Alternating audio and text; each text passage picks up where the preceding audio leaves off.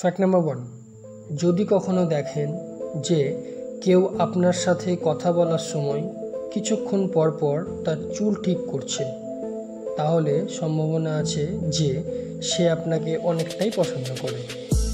Fact number 2, সাইকোলজির মতে একজন ব্যক্তির বিবাহের পূর্বে গড়ে প্রায় 7 বার কারোর না কারোর সাথে প্রেম হয়ে যায়, কিন্তু অনেক ক্ষেত্রে সে প্রকাশ করতে পারে না, এমনকি সে মনে মনে তাকে খুব মিসও করে এবং তার উপস্থিতি অনুভব করে।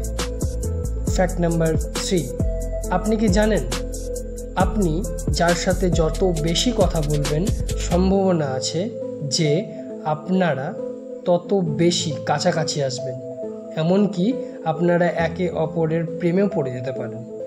তবে যদি কোনো আত্মীয় হয় বা বন্ধু হয় তাহলে এই প্রেম এক অন্য প্রেম।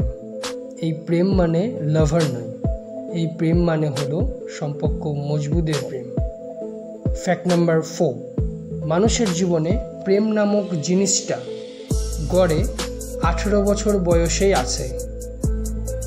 এই সময়ে তাদের আশেপাশে দেখতে সুন্দর কোনো ব্যক্তি ছেলে বা মেয়েদের ইমপ্রেস করার চেষ্টা তাদের মাথায় চলতে থাকে।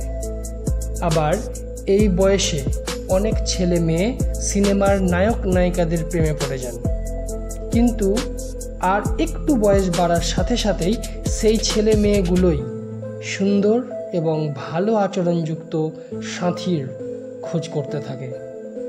ফ্যাক্ট নাম্বার 5, কাপলদের মতে প্রথম প্রেমের মতো পরবর্তী প্রেমগুলো ঠিক জমে না, কারণ প্রথম প্রেমের বিরহের যন্ত্রণা অনেক বেশি।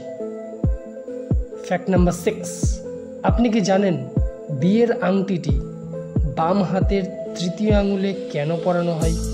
কারণ এটি একমাত্র আঙুল যার স্নায়ু যা সরাসরি আমাদের হৃদয়ের সাথে জড়িত।